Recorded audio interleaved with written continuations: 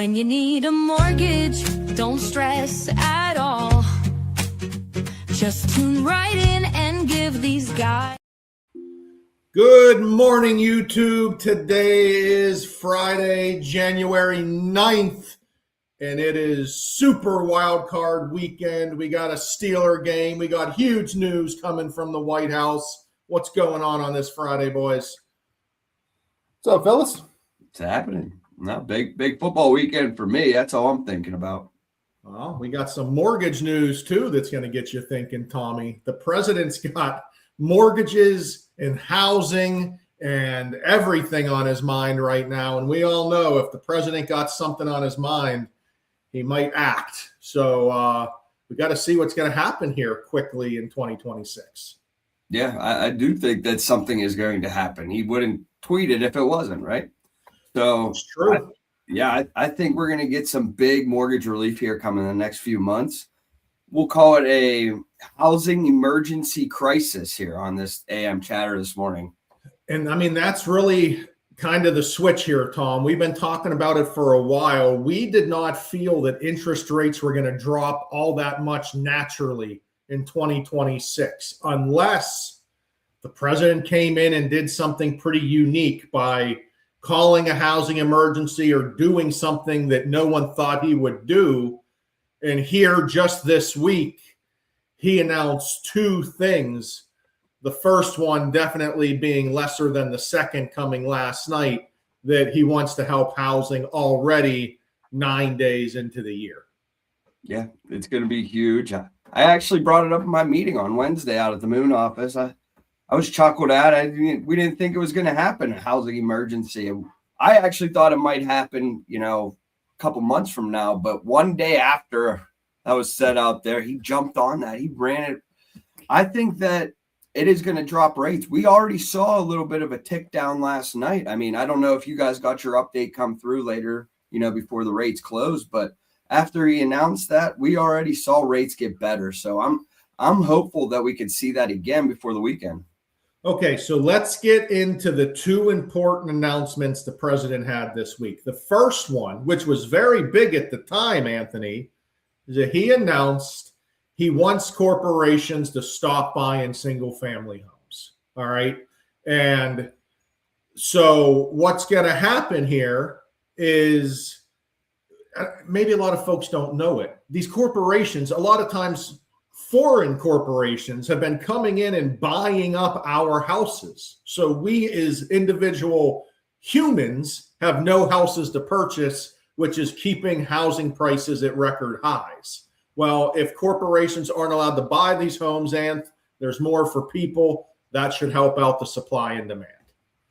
Yeah, I mean, it's definitely going to help the industry put more homes on the market for buyers. I mean, we've seen a increase, all year. Last year of homes being on the market, which is great because it allows more buyers to be out there shopping for homes with less multiple offers. So if they stop the big corporations, I think that'll definitely help the industry, help buyers be able to find the home they're looking for without, getting into the rat race of multiple offers and things like that. So, and it's very common across the world that if you're a foreign person going into another country purchasing a home, there's rules and regulations. I believe just down in Mexico, unless you're a LLC or a Mexican citizen, you can't purchase a home within X amount of miles of the ocean. So a lot of folks that buy homes that are U.S. citizens in Mexico have to go get a Mexican LLC and buy the home that way if you want your beachfront property. There is a lot of rules and regulations across the world that we probably shouldn't just let foreign companies and giant companies come in and buy up all of our homes as their investment. Yeah, it's a shame that happened over the last 5 years. People are taking easy cash deals left and right. They were coming in with cash and everybody thought it was all good. Cash is king, no inspections, nothing. Well, it created a serious housing crisis here in America. And now we've been I almost said the B word. We've been complaining about it now for 3 years that we have no houses to sell, all that, when we actually created our own problem over the course of 2 or 3 years when we thought cash was the best thing in the world. I mean, these LLCs were buying up houses left and right, and now they raised rent. in a lot of these places around the country. I'm not just saying just here in our market, but just overall. And it has created a huge housing shortage. I feel bad for first-time home buyers. They said the first, what is the average age of the first-time home buyer is now 41 years old. And, I think a lot of the reason why is because there is way less houses for them to buy because of these foreign entities coming in here and buying up these properties. So this is a huge win. This is what we needed. And I couldn't be more excited.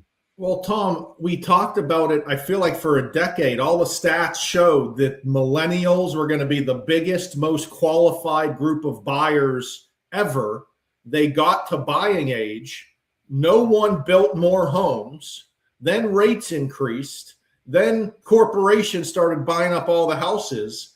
And it's like no matter what happens, even when we get a little bit more inventory, it gets gobbled up so fast because there are so many buyers out there in the market. So we do need more homes to help. I mean, it's simple supply and demand, Anth. No matter what the interest rates do, if there's little houses to buy and a lot of buyers, supply and demand is going to keep housing prices high. Yeah, I mean, and that affects the affordability and monthly payments. So that's held off buyers over the past few years as well, because it took a little longer for prices to normalize, after COVID. So we're seeing normalization now, which is great. Ultimately, once things progress in the future, we'll see how that goes, if there's multiple offers in the future. But yeah. So that was the news that dropped earlier in the week. And then last night, out of the clouds at about 4:30, I think, he put out a message that he wants Fannie Mae and Freddie Mac to use the $200 billion they have in their accounts, and we'll talk about where that money has come from, to buy down or to buy mortgage bonds to push rates lower. This could be, it's a unique move, of course. I don't know how many times we've seen this in history, but this could be a good little push to push rates lower. Now, how much lower? For how long? That's the question you got to wait to see. Is it going to be life-changing? No. But it would, if it happens, it will help interest rates. We're not using the Treasury to print $200 billion. This is money that Fannie Mae and Freddie Mac have been collecting because, guys, I don't know if you know this, but if you put less than 20% down on a mortgage, you pay mortgage insurance. And we have a really strong economy. Not a lot of people are getting foreclosed on. So Fannie and Freddie have been able to just fill their coffers for years and years and years. And no one's been able to figure out anything what to do with this money. They've never lowered the mortgage insurance rates. So heck, maybe this is a good move, Tom. I think it's great. I think it's an absolute power play. I think that this is going to drive the rates down in the short term, long term, and, keep them down. Now, we were talking a little bit last night. Is he going to throw all $200 billion in at once? We're going to do 50, 50, 50, gradually buy down the rates. We're not too sure how it's going to play out, but again, it is fantastic that they're talking about it. Yep. I'm sure it will be fought about. I'm sure he'll get sued about it. I'm sure this will go to the courts just because a president can't do anything these days without being ridiculous. But I think it's great too, Rod, because with them going public, Fannie and Freddie, this is a great way to get investors in, and they know they have excess. It's a good business model. They're going to reinvest it, and they get more money in there from these other investors going public. It could be a smart long-term play. I think it could ultimately drive down rates for a decade. It's all very unique, right? Because even the structure of Fannie Mae and Freddie Mac is a little bit confusing to understand. Then who actually controls it? Is that an executive branch?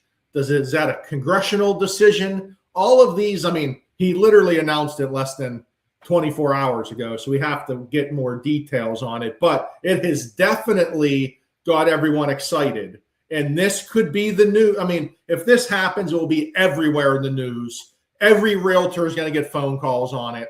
Every mortgage lender is going to get phone calls on it. And buyers are going to flood back to the market 100%. So again, we've been saying it. If you don't want to deal with multiple offers, sooner than later, guys, sooner than later, because the president has mortgage rates on his mind and he wants to get them lower. And it seems like he's going to figure out a way to do it. Yep. And, this is all good news. All right, all fellas. good news. Well, everyone have a great weekend. We're all going to be tired Tuesday from that big Steeler win Monday night. Fingers crossed. Oh, I'll be getting a good 11 a.m. start. So I'm headed up to Cranberry next Tuesday. Don't expect to see me early. And we'll see you guys then. Have a good one. Tom Ryan